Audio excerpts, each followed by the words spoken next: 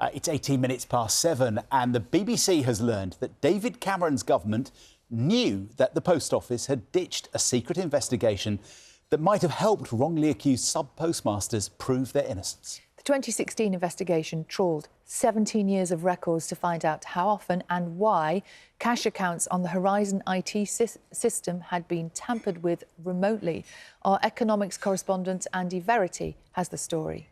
Fake digital signatures, suppressed internal reviews and a secret investigation. Evidence withheld from court, but revealed in confidential documents released through Freedom of Information and analysed by the BBC.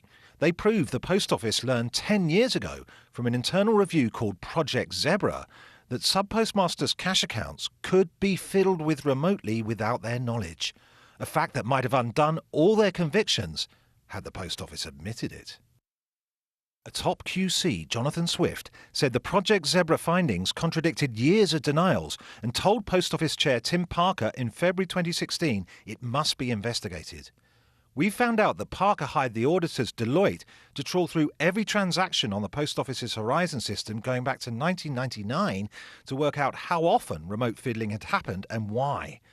Ministers in David Cameron's government knew about the investigation, including then Business Secretary Sajid Javid and Baroness Lucy Neville-Rolfe. But then, in June, after sub-postmasters started legal action, its work was suddenly stopped.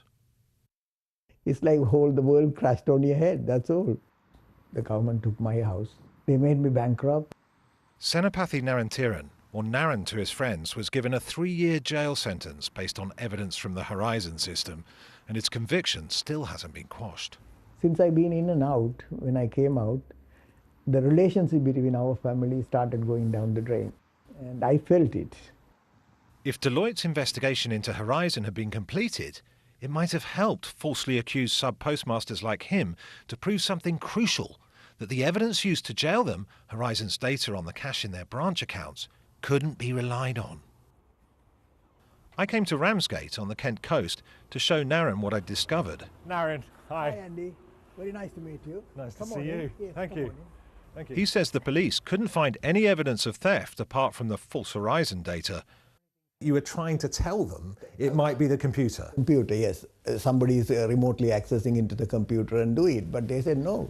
The Post Office will never do such thing. I showed Naran the Project Zebra findings from a briefing for the Post Office board. They discovered that Fujitsu could tinker with your computer using a fake key. That's right, yes. Then I showed the report where the lawyers recommended the Post Office must investigate how often it happened back to 1999. So do you think they did that work? Do you think they followed the QC's recommendations? What would be your guess? Oh, if they would have followed it, then I wouldn't have been inside the prison. Well, here's the thing. They did follow the recommendations. They did. They did. Deloitte spent 3 months, we've discovered, going back through transactions. So in March, they say we're doing the work. Deloitte's been appointed. In April, you launched your litigation, and in June, they stopped Deloitte completing the work. Yeah. And by knowing all this, why do we waste our time in the prison and separate from the family? I don't know. Anyway, sorry, beg your pardon. It's very hard. On your own, sitting in a room, watching at the TV or laptop. That's not life, isn't it? I'm 69 years old. Too old to go through all these things. Never mind.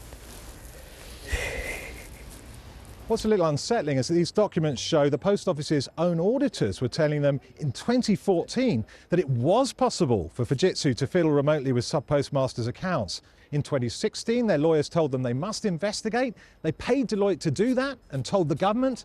But then, when they found out sub-postmasters were suing, they ditched that investigation and swept it under the carpet. On the face of it, it discloses a conspiracy by the Post Office to pervert the course of justice. The important feature of all of this is that in 2014, it appears that the Post Office board was alive to the true position, and yet the Post Office board was responsible for maintaining and advancing the Post Office's defence to the claim in 2019. That was false. A spokesperson for the Post Office said it was the public inquiry's role to reach conclusions on what happened. Sajid Javid was told the investigation was to look into suggestions branch accounts might have been remotely altered, not that lawyers have found they could be, as was Baroness Neville Rolfe, who was also told about the investigation being stopped. She said she looked forward to explaining her involvement at the inquiry. Tim Parker said through his lawyers he sought and acted upon legal advice he was given, and the documents don't show evidence that David Cameron was told about the investigation. The truth about what the Post Office hid from the courts and what it did tell the government is now being exposed to the light. But Narron ended up with just £19,000 in compensation, less than a third of the cash he lost due to Horizon. He may get more, but alone and still officially branded a criminal, no amount of money could make up for the undeserved shame he and his family have wrongly been made to feel. Never mind. Andy Verity, BBC News, Ramsgate.